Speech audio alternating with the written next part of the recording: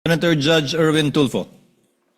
Mr. Presiding Officer, Senate President, ladies and gentlemen. This impeachment court was established to try the Vice President of the Republic. Ang punto ko po rito, kasi napapansin ko po ilang araw na nagagamit po natin ang impeachment court, ang oras po ng impeachment court sa pagpapaliwanag. Naintindihan ko po ang posisyon ng aking kaibigan, si Senador Robin Padilla. Yung kanya pong frustrations. Pero gusto ko lang po sana ipaalala sa ating presiding officer, sa ating pong Senate President, at matanong, ano po ba ang ating ginagamit na rules ngayon? Pwede po ba yung mga problema po labas sa impeachment court na ito o labas sa kaso ng Vice President ay dadalhin natin dito? Di po ba ang korte na ito na itatag para po sana kay Vice President at kay Vice President lamang?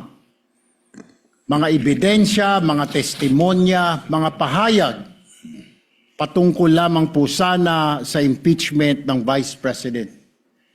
Kasi dito pong mga nagdaang araw, Mr. Presiding Officer, Senate President, mga kasama, napansin ko po na nagagamit ang oras po ng impeachment court sa pagtatanggol po ng mga nakaraang araw ng sarili ng ilan sa mga kasamahan natin sa mga akusasyon.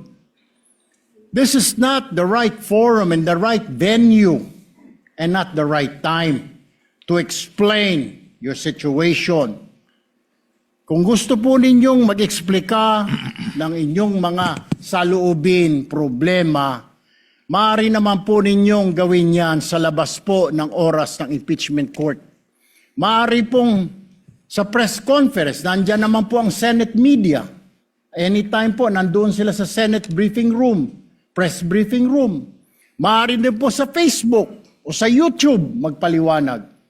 Huwag po nating gamitin ang oras ng impeachment court sa pagpapaliwanag o sa pagtatanggol ng ating mga sarili simula pa po noong nakaraang linggo. Because the time we waste here to defend ourselves, defend what we believe or what have you, is an injustice to the Vice President. Yung oras po na ito dapat ilaan natin sa pakikinig sa depensa ng Vice Presidente, sa mga akusasyon laban sa Vice Presidente, hindi po pagdidepensa sa mga sarili natin kung tayo inaakusahan ng kung anong mga ahensya, kung tayo po ay may mga kaso, may mga investigasyon. This is not the right forum, Mr. Presiding Officer, Mr. President, Senate President. This is not the right place. This court was established, was created, the impeachment court, for the Vice President and Vice President only.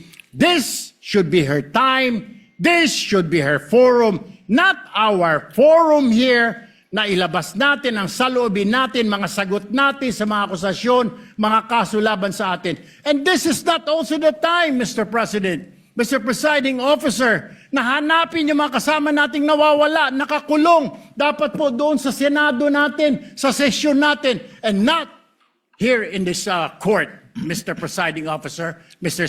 Senate President. Kaya pakiusap ko lamang po sana sa ating mahal na Presiding Officer and Senate President, let us follow the rules. May rules ho tayo. Kung hindi naman ho patungkol sa Vice President na sasabihin natin, hindi naman po patungkol sa depensa o prosekusyon ng Vice Presidente natin, then wag na ho natin payagan na magsalita pa po dito because nasasayang. Because every minute, every hour that we waste away from the defense or from the prosecution of the case of the Vice President, it is injustice.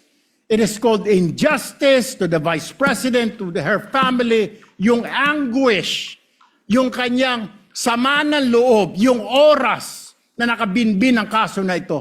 Let us do this impeachment trial as quickly as possible. If we have to clear the Vice President, then let's clear her. If we have to prosecute them, prosecute her with the evidence kung meron.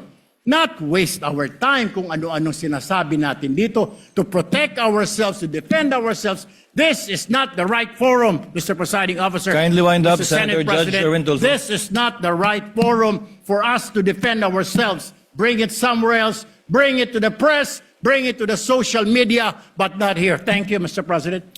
The remark